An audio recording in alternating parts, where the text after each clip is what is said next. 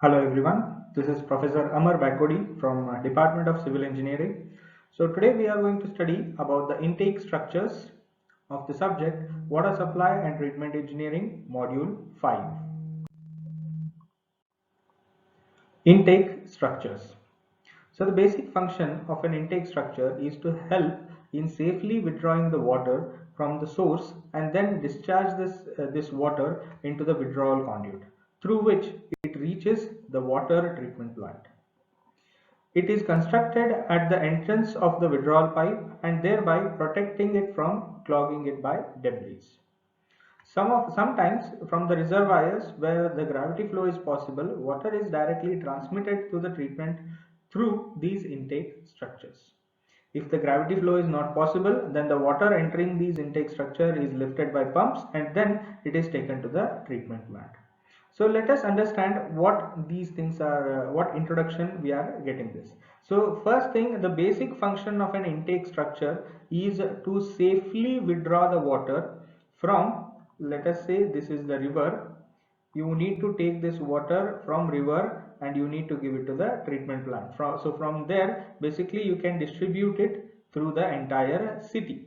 Okay, so if these are the houses, something like that. So this is how your entire system works, water supply system works. So where your intake structures will come into picture is intake structure has its significance over here. So here what it actually wants to do, it wants to actually make sure that safely withdraw the water from the river, canal, reservoir, whatever that water source may be, and then shift it to the water treatment plant. So that is the major work of a intake structure.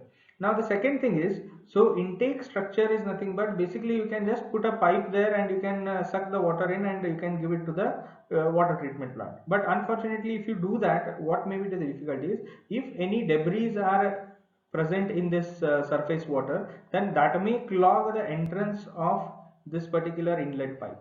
So that's why these intake structures are nothing but constructed with concrete or machinery, and these will help in basically avoiding these clogging process.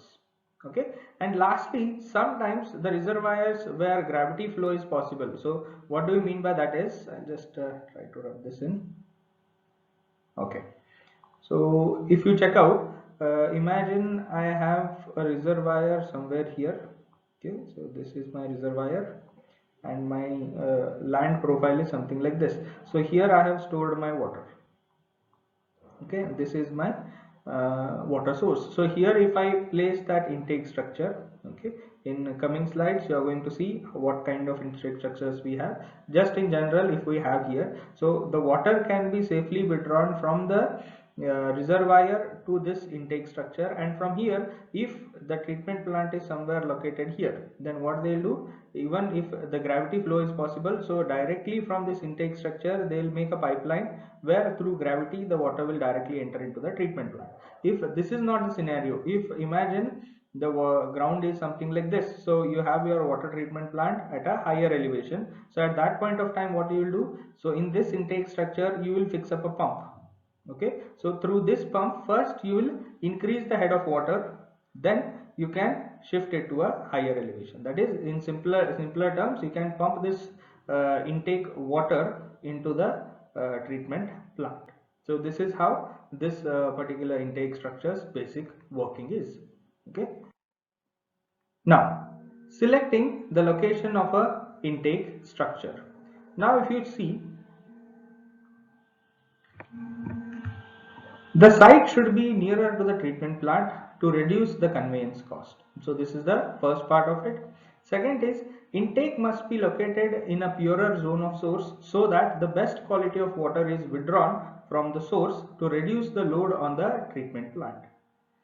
Intake must never be located in the vicinity of the wastewater disposal point.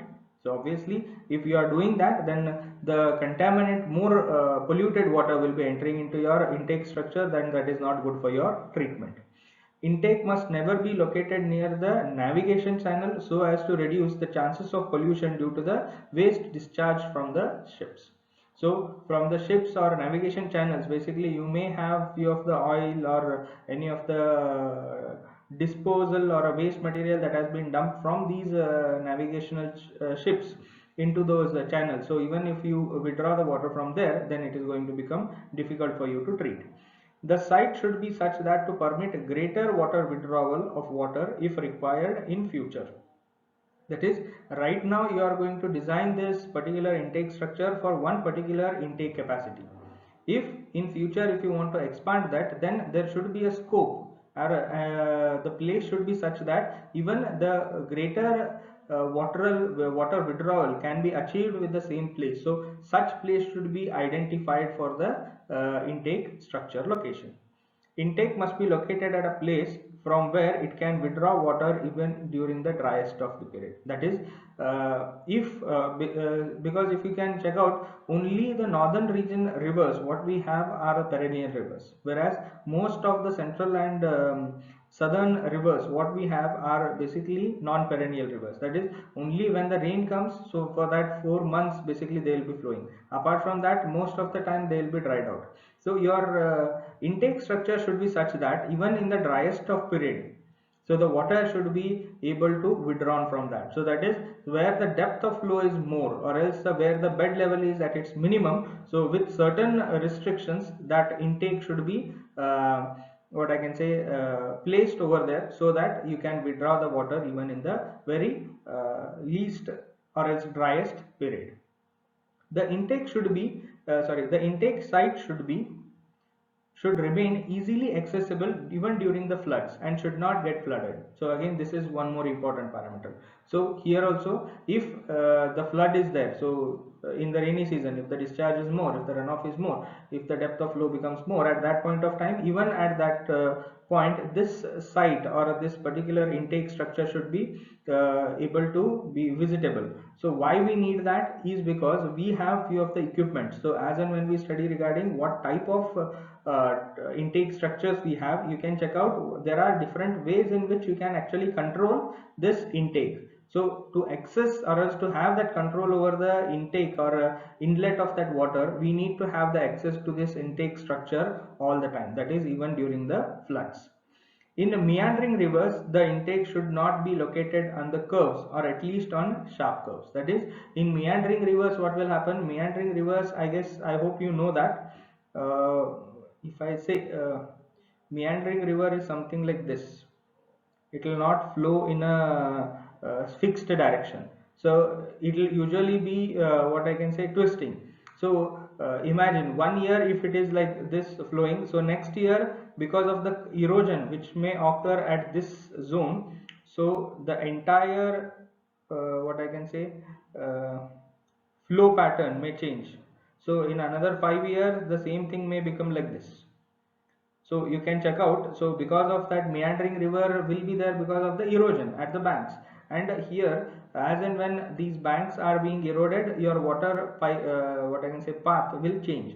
So that's why whenever you want to locate these intake structures in a meandering river, that should not be placed in this corners, because there is always a possibility that the flow pattern of this will change. So as and when the flow pattern change, you cannot go on shifting these intake structures. So that's why, so it should not be placed in the corners or sharp curves of the meandering rivers.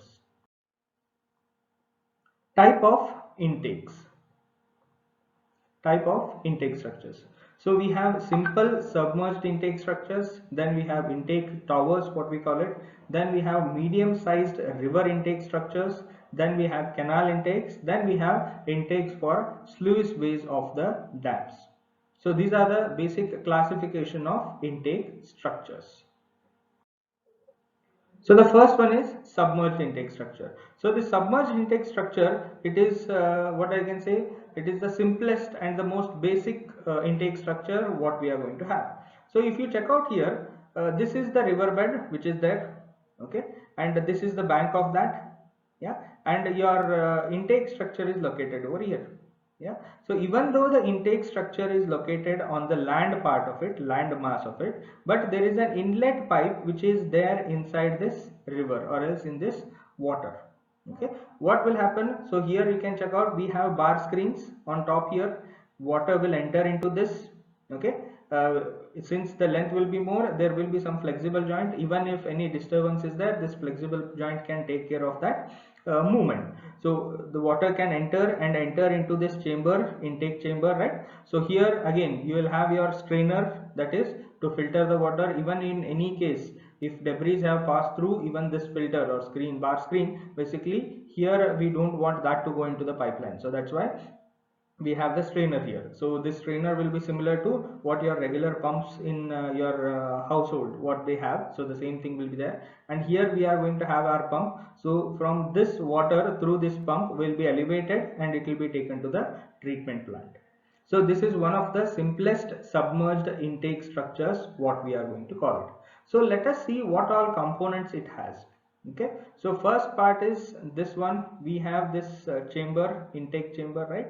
Then we have pump system so that we can lift that water.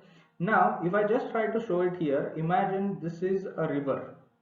Okay, and on this river bank basically you have your intake structure. Okay, so the water needs to come from this river to the intake structure. So you are not just putting a pipe. So what you are doing, so here you are actually providing a base concrete. So bed concrete is available here. Why they provide this bed concrete is because your pipe should not get disturbed. So wherever you place it, the placement should be such that in the factors considering, we have already seen ki this should withdraw water even with the lowest water level, right? So that's why we need to make sure that this pipeline is not moving. So that's why we are going to provide what, your concrete base material. So once this is fixed, in that you are going to put your pipeline. Yeah, and even these joints are maintained in such a way that even if there is any movement or any pressure due to the floods which will be usually occurring in the rivers, so even that movement can be taken care by this flexible joint and there will not be any leakages, and from there the water can enter into this chamber. So this is why these particular setup, concrete block and with filtration or screens are required for the submerged intake structure. So once it is there, then from there it will be accessible. And even in case of flood, imagine the maximum flood level is somewhere like here. So even at that point of time, you need to be able to access this part. Why you need to express? Because you have your pumping system, or even in the future you have some of the gates over here. So even gates can be provided, so that opening and closing of these gates arrangements will be made up in this part only. So that's why even in the flood duration you should be able to have access to this part of the intake structure. Okay, so let us have the explanation on that. The simple concrete block supporting the starting end of the withdrawal pipe. So you have this part, the cropped portion of previous figure what you have seen, covered by screen to prevent the entry of debris, etc. So these screens, bar screens will help you in that. Chances of siltation. So elevated 2 to 2.5 meters above the intake bed level to avoid any silt. So you can check out here, the bed level of river is somewhere here. If you check out, the bed level of river is somewhere here, right? But the intake of that is, or our opening of the mouth is a bit higher than this. So this opening will be usually 2 to 2.5 meter higher than the bed level. Why? Because in the bed level you may have lot of silts that will be transporting. So keeping this 2 to 2.5 meter higher will give us a provision of clearer water that will enter into our bar screen. They are cheap, so, and do not obstruct navigation. So since there is no moving part or anything, so basically they will be hidden under the water and they will not cause any much obstructions. Widely used for small water supply projects, drawing water from streams or lakes having little change in water level throughout the year. So since here, as I have previously told, there are no gates which are available here. So this kind of simple submerged intake structure is very useful for taking water from streams or lakes where the water level throughout the year will not change. If the water level is changing too much, then this is not feasible, right? So if it is not varying, then this simple things can be done, or else we have other intake structures. If the water level is varying throughout the year, so we can use different types of intake structures what we have. Now limitation for this is not easily accessible for cleaning and repairing. So in case if the situation is not proper, if the water level is high, or basically these kind of situations where the water level will remain same throughout the year. So at that point of time, if you want to clean the interior of the intake well which was there in the previous slide, so then that one become a bit difficult because that is not easily accessible over there. So similarly, the same thing you can check out. Here you have what I can say, instead of this bar screen, what we have, there is one more way, is rock filled timber crib submerged intake. So here the entire scenario from this point onwards will remain same as we have seen in the previous slide, but the only thing, instead of these bars, yeah, instead of these bars over here, what they have is they have a small chamber which is built up, and this chamber is covered by what? Your rocks, your boulders which are there, right? And these boulders are again covered by your timbers or logs which are there. Okay, instead of a simple bar, you have such thing, and on top you have bar screen. So the water will enter from here, it is going to first stay here, the water level here will increase, and then it is going to pass through this pipeline to the intake well. So till this point, as I said, it is different. So it is just a simple submerged intake, whereas this is what we call it as a rock filled timber crib submerged well. So this is what is meant by this one. Intake towers. So they are widely used on large water supply projects, drawing water from rivers or reservoirs having a large change in water level. That is, the previous case, the water level should be same, whereas here if the water level is changing, you can go for intake towers, what we call it. Okay, gate controlled openings and ports are provided at various levels in these concrete towers to regulate the flow of water. So as I told you in the previously, here there was no gate or ports through which the water can enter. So whatever the water was there in the river, everything was able to enter into your well. Whereas here it is not the case. You can actually control the depth at which you want to the water to enter into your chamber. So even that can be controlled over here. If the entry ports are submerged at all levels, there is no problem of any clogging or damage by debris. The reason is, since if all the ports are being covered, so that indicates the depth of flow is more. Where there are no debris, only that particular port can be opened, and in turn that water can be entered into your intake well. Okay, there are two major types of intake towers which are available. So one is wet intake tower and the second one is dry intake tower. So let us see what these are. So first let us understand what about the dry intake towers. Okay, so the water is directly drawn into the withdrawal conduit through the gated entry ports. So it is quite similar to your submerged intakes, but with variation or with the advancement of ports through which you can actually control the depth of water through which that water should enter into your intake chamber. It has no water inside the tower if the gates are closed. That is, the water, there will not be any existing water which can be remain in that well if all the gates of the, or else all the ports of this intake tower are closed. When the entry ports are closed, a dry intake tower will be subject to additional buoyant forces.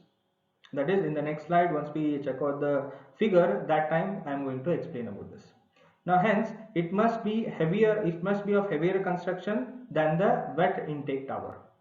So in wet intake tower, usually what will happen is you will have your water inside the intake structure whether the gates are open or closed. So that's why the water pressure surrounding that intake structure will be less in case of wet intake tower. Whereas in a dry intake tower, when the gates or ports are closed, there is no way the water can enter into your intake well. So that's why the construction of that well needs to be of sturdier material, or the thickness of those walls or whatever peripheral materials what we are going to use should be much more greater when I compare it with the wet intake tower.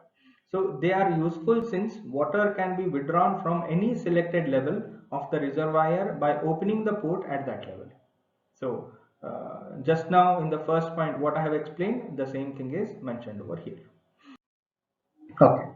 Now let us see this dry intake tower. So what all components we have. So you can check out, this is your reservoir level, what we have. This is the water in the reservoir. Okay. So directly, instead of having a pipe at one end and intake tower at the other end, so this entire structure itself is there in that water itself. Okay. I'll just delete this. Right. So because of that, what will happen? The depth of flow is over here, the water stored level is over here, and these are the ports, 4 ports you can check out. Yeah, these are the 4 ports which are available. So these ports can be opened at any point of time. So in this figure, basically there are only 2 gates which have been shown, 1 and 2. Okay, but usually there will be individual gates for individual ports. Okay, so if I just need to show you this, if I put the gate somewhere here, something like this, yeah, so there will not be any entry of water into this intake tower, right, because I'm blocking all the entrance. So at that point of time, now wherever the debris are not there, wherever I feel the water is of much purer quality, or where the contaminants or suspended solids or debris are less, I can only lift up that part of what I can say gate. For example, here if it is not there, so I'll only open this one, so the water can basically enter into only this particular entry port. So remaining entry ports will be blocked up. So this is one basic advantage of this. Now the second thing is, if I just try to show it with respect to a river. Okay, uh, imagine this is a river. Okay, so if my intake structure is located somewhere here. Okay, so if I just take the section of all this, and if I look from this end, this is what is being visible to us right now. Okay, so we have us, and this is basically the river. Yeah, and this line is indicating the end of that river, or else the banks of that river. So this part as well as this part is going to be the banks of river, whereas this is the width of the river, and this is where your intake structure is located. Now you can check out in this, since it is not intake structure is not located on the bank of that river, so it is already there in the river bed itself. So at that point of time, the height of this control room which is there, that is going to become very important, because here only you have your mechanism to open and close the gates through which you can enter the water. Now how these will be usually constructed, it is you will take the maximum flood level of this river for the known time, and then you are going to construct this particular platform or room beyond, or else in a much greater height than that of that particular maximum flood level what you have. So based on that, you can be assured that the water will not reach to an approximation. Basically this will be safe even in case of floods. Okay, and from here basically there will be a platform that will be connecting this to the side of the bank, so that even because you need to access this control room from the banks itself, right? So there will be usually a step or a staircase or a platform through which you can actually access this bank of the river, where you can basically control this. Now the second point is, here as they told, even if the depth of flow is varying, so right now the depth of flow is more, so that's why you can have any of the 4 ports with which the water can enter. If the water level is somewhere here, imagine this. Okay, so at that point of time, whether you keep these open or closed, it doesn't matter. The top 2 ports, that time the water can enter into the bottom ports whenever you open that valve. Okay, so that's why these opening ports will help us to or else give us the access to control the flow of water, from what depth we should have that water inlet into our system. So this is about the dry intake tower. Wet intake towers. It consists of a concrete circular shell filled with water up to a reservoir level, and has a vertical inside shaft which is connected to the withdrawal pipe. Okay, so what we have seen in dry intake structure, it will be similar to that but with a bit of modification. The withdrawal pipe may laid over the bed of the rivers or may be in the form of a tunnels below the riverbed. So it can be on top of that riverbed or below the riverbed. Openings are made into the outer concrete shell as well as into the inner concrete shell. So here we have two sections where the water can be allowed in. So in the next slide, in the figure, we are going to have more discussion on this. The gates are usually placed on the shaft so as to control the flow of water into the shaft and the withdrawal continuity. That is, the flow of control is also here with the help of those particular gates. The water coming out of the withdrawal pipe may be taken to the pump house for lift if treatment plant is at a higher elevation, what I have explained in the first slide, or it may be directly taken to the treatment plant if it is at a lower elevation. So this is just a basic points for the wet intake towers. Now let us see regarding the figure and discuss on how the wet intake towers work. You can see this is the wet intake tower. Okay, so here you can see if I compare this with the dry intake tower, here we have two chambers. Okay, right now you may see it as three, but if I draw it, so it will be something like this. You have outer shell, you have inner shell. Okay, when you cut it over like this and if you try to wash it like this, okay, here you are seeing this opening, so that is nothing but this central portion. Yeah, and whatever this region is there on both the sides, right? So those things itself are visible like these sections. So don't confuse this. So you have only two concentric circles. Basically, one is the outer circle and then you have an inner circle, and when you cut it vertically and view it, so you are going to see something like this. I hope it is clear for you. Now, keeping this clear, okay, we'll go about how this will work. Okay, so first thing you can check out, so this is one opening port, this is second opening port, this is third opening port, and this is fourth opening port. So in the outer shell, what we have over here, we have four opening ports which have been seen over here. Basically these ports will be available throughout the periphery. So only in section you are actually seeing four, but these ports will be available throughout the periphery or circumference of that particular unit. Okay, now you can check out there is no gates which are provided neither inside nor outside. So these are always open. I hope you are getting this. Just for the sake of explanation, I am going to say it has only four outer opening ports, even though it will have more in real. These are always open. There is no control over the water flow inside. So because of that, what will happen? This outer edge or else outer what I can say section or a part of that will always be filled with water. That is first point. Now if you check out the second point over here, the inner circle or inner chamber, what it has again four ports. Okay, and for these ports you can check out, here we have the gates, here we have the gate. So what will happen here?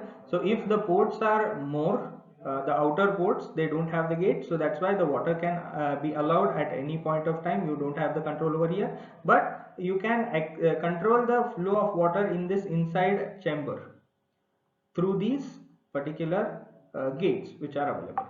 Okay, so here one more thing, when I compare it with the dry intake towers over here, check it out. Even if I close all these four, let us take some,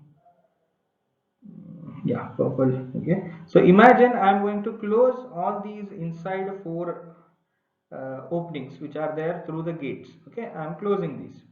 At that point of time, what will happen? There will not be any water inside this pipeline because I'm closing all the four points of entry. But here the water will always exist in the outside chambers. I hope you are getting that. So in outside chamber, the water will always exist because you don't have any gates to control the flow of water. So that's why what will happen, here you can check out the thickness of the walls over here is less when I compare it with the dry intake tower, because here the water pressure will be there only from this width which is available. Okay, yeah, so this width which is available, right? So the water pressure will be available only for this, because the water is already standing over here. So that's why instead of having a single thick wall over here, you have thinner walls, because of this additional water which is standing in the outer circle of this structure. So that is the major difference. So here the walls can be of a smaller section, whereas for dry intake towers it needs to be of a thicker section which is going to be there. Now based on these entry ports, again similar to the dry intake towers, you can actually decide the depth of flow over here. So at what depth you want the water to get in, you can control that with the help of these gates. So that is one advantage what you have. And second thing is, again you have your control room on top. So again, if you have your river something like this, if it is located here, so there will be a platform through which you can actually access this and control your gates. And as well as if this as in the previous slide it is mentioned, if the treatment plant is at a lower elevation, the same water pipeline will be taken directly through gravity to that point. If it is at a higher elevation, the water will be again pumped up to the treatment plant. So this is how your wet intake towers work. Now the third one what we have is medium-sized river intake structures. Okay, they are generally constructed for withdrawing water from almost all rivers. These can be classified again into two types. One is twin well type intake structure and the second one is single well type intake structure. So let us see in detail regarding these. So first, let us take up with the twin well type intakes. They are constructed on almost all types of rivers where the river water hugs the river bank. A typical river intake structure consists of three components. One is an intake well, second one an inlet pipe or intake pipe what we call it, and the third one is a jack well where the water is initially stored or maintained. The inlet well is usually circular in cross section and is made up of machinery or concrete. The inlet pipe connects the inlet well with the jack well. It has a minimum diameter of 45 cm laid at a slope of 1 in 200. Flow velocity through this will be less than 1.2 meters per second. The water entering the jack well is lifted up by the pumps and fed into the rising main. The jack well should be founded on a hard strata with a bearing capacity more than 450 kilonewton per meter square. Right? So these are the basic components of your intake wells. So you can see basically it has an inlet well, then inlet pipe, and then a jack well. So in simplest of terms, if I need to say, a pipe, okay, and sorry, a well, intake well, initially it is there, then a pipe, and then through this we have something called as jack well. So both these are used for storing water only, but inlet well is just a beginning part, and jack well is basically where the water will be pumped through the water treatment plant. Okay, let us see the figure in the next slide. Okay, so this is your twin well type intake. Okay, so here you can check it out. This is your bed of the river. Okay, so this is the bank of the river. So this dotted line is indicating the level of land. Okay, so it is improving over here. So here what has happened, it is what I can say advanced version of your intake towers. Okay, so intake wells are nothing but the advanced version of intake towers. So at that point of time we have a well here, but there is no pumping or anything over here, just a well. Okay, but these things, as previously mentioned, you need to have a platform to come into this particular well. So that is itself is shown over here. Okay, now here if you check out, we have control room, and this is nothing but your inlet well, or else the inlet chamber. Again you have ports, you have gates for that. So basically you can control at which point the water can enter into this. And apart from that, one more additional feature what it has is, it has a fine screen bar over here. So whatever the larger quantum of debris are there, that can be taken here only, or else they can be segregated here only, and only the much clearer water is going to enter here, and then it is going to enter into this sump well or jack well where the water is again being stored. So this is nothing but the inlet pipe or conduit pipe which is going to be there. Now from this jack well or some well, again you have a pump system and you have a strainer where again the water will be filtered before it gets pumped up. So from there it will be taken to the treatment plant or to the city or wherever it is required. Here you can check it out. If I just need to show it in terms of the plan, you have your river something like this. So here you have your intake well, then you have your pipe, then you have your jack well over here. The reason this is there is here the main pumping will be occurring from this jack well or this part. Okay, so even in case if the things go wrong, right, so in case of flood you can make sure that you are going to fix up a level from where the water is going to enter, and even if this gets flooded there is no need for you to worry because here there is nothing much to do that. So main pumping will be done through this jack well. So you need to make sure that wherever this pumping room is stationed, it should be always above the maximum flood level which is going to be there. Okay, so this is how the twin well type intake of works. Now the next one is your single well type intakes. So here no inlet well and inlet pipe in this type of river intake. So there we have two sections, so here we'll have only one section. Opening or ports fitted with bar screens are provided in the jack well itself. So in a single structure all those things are provided. The sediment entering will usually be less since clearer water will enter to the takeoff channel. So this part I'll explain with a figure which is going to be there in the next slide. The silt the silt entering the jack well will partly settle down in the bottom silt zone of the jack well or may be lifted up with the pumped water since pumps can easily lift the sedimented water. So the silt entering the jack well will partly settle down in the bottom silting zone of the jack well or may be lifted up with the pumps water since pumps can easily lift even the sedimented water. So the new ones which are there. Okay, the jack well can be periodically cleaned manually by stopping the water entry into the well. So even we can do those kind of things. Okay, now this is the figure for single intake structure. Now you can check out, this is your river bed level and it may go something like this. So this is the bank. So instead of having that two wells, here the entire section or works are being done in a single one. Okay, so here you can check out, this is the maximum flood level what I was talking about.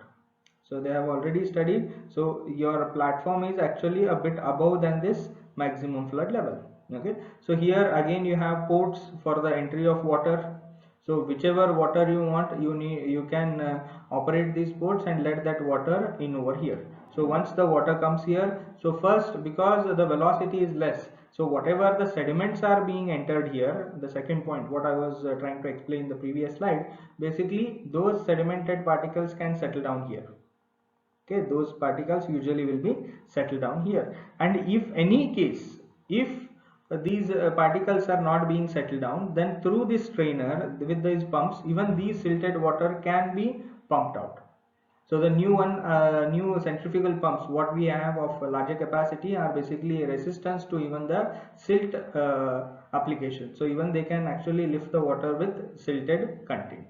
So that can be happen over here.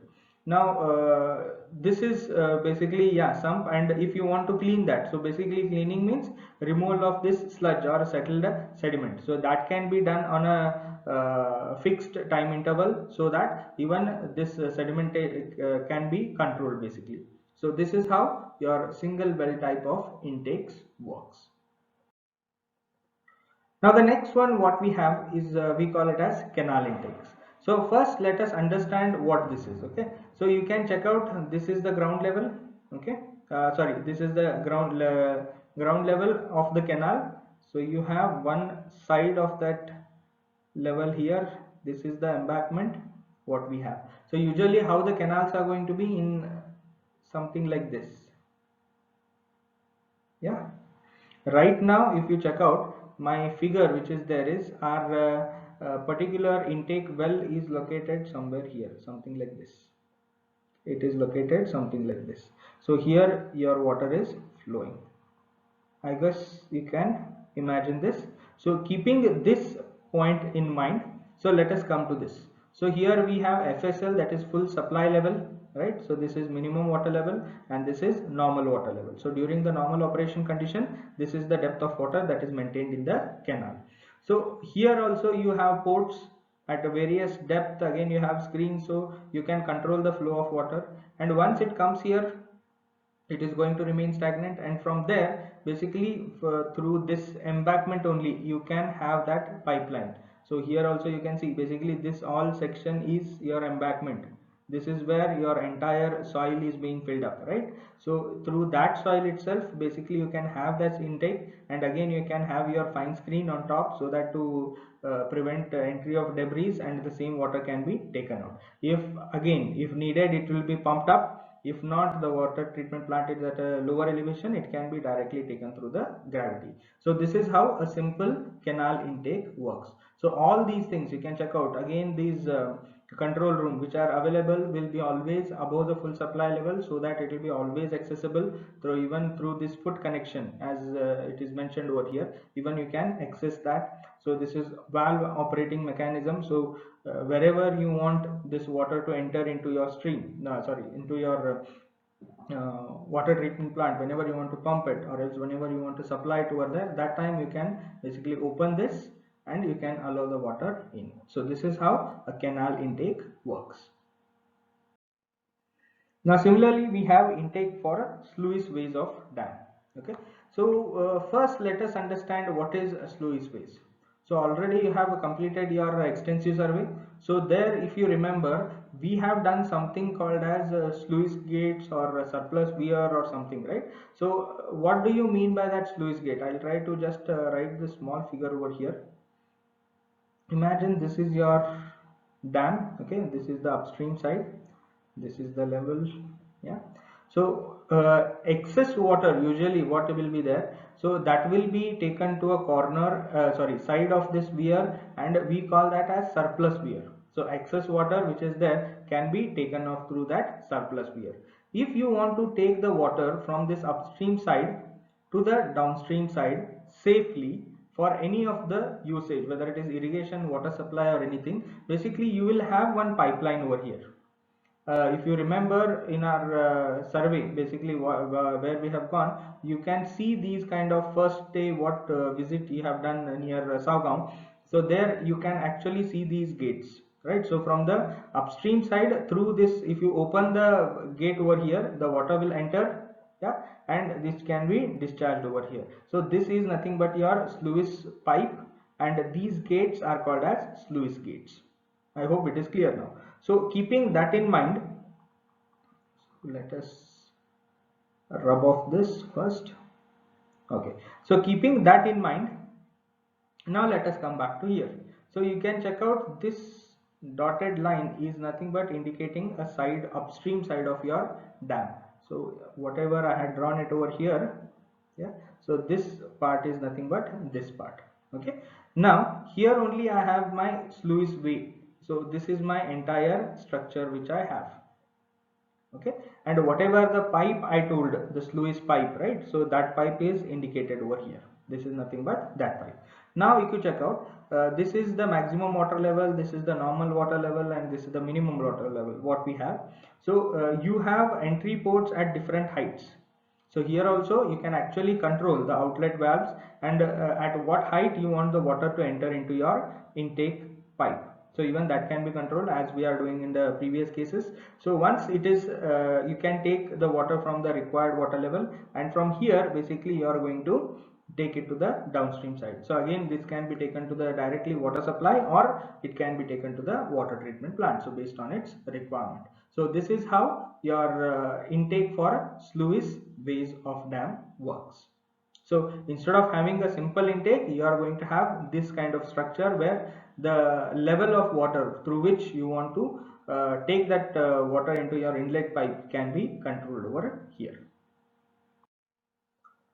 Now the next one what we have is intake for sluice ways of dam. So again this is one more way. So in the previous case your dam was something like this, yeah, and your structure was in the upstream side, so it was away from the body of that dam. So similarly in this, what is happening? Your entire structure is built within the body of the dam. Okay, here your entire structure is built within the body of the dam. So this is the second type of sluice way for intakes for dams.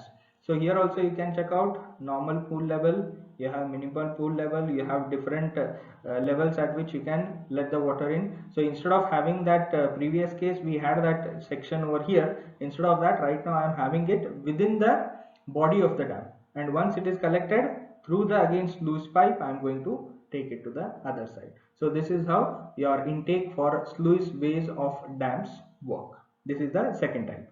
And the last one, yeah, so the last one right now, intakes for sluice ways of dam again. So here you can check out, instead of keeping this entirely inside this body, so even the height of this particular control room is more.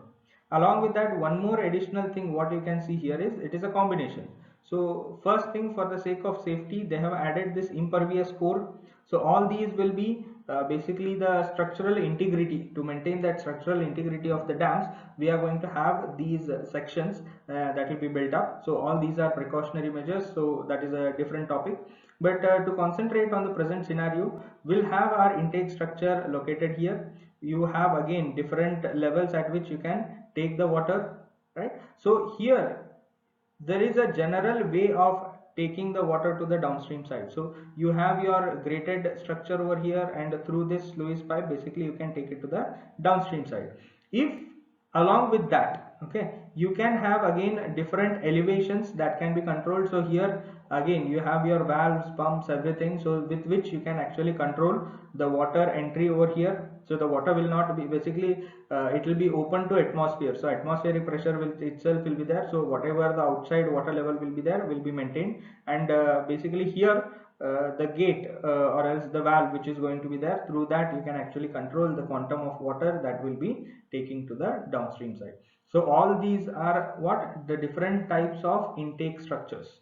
So again I'll repeat, so these intake structures, what we are making, or else the basic utilization of these intake structures are to make sure that the water from the any of the sources, whether it is a river, pond, lake, stream, anything, that should be taken to the water treatment plant. So the water should be safely withdrawn at all the point of time.